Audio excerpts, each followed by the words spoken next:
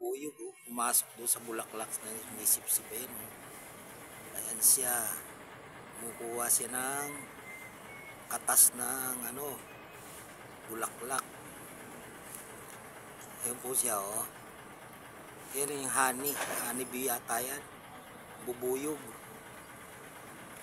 Ano yung kinukunin ko, sinisip-sip niya yung katas sa loob mismo. Ayun, nasa na? Wala na. Ayun, lumipad na, lumipad. Isa sa ilalim, gahanap na naman ng bulaklak.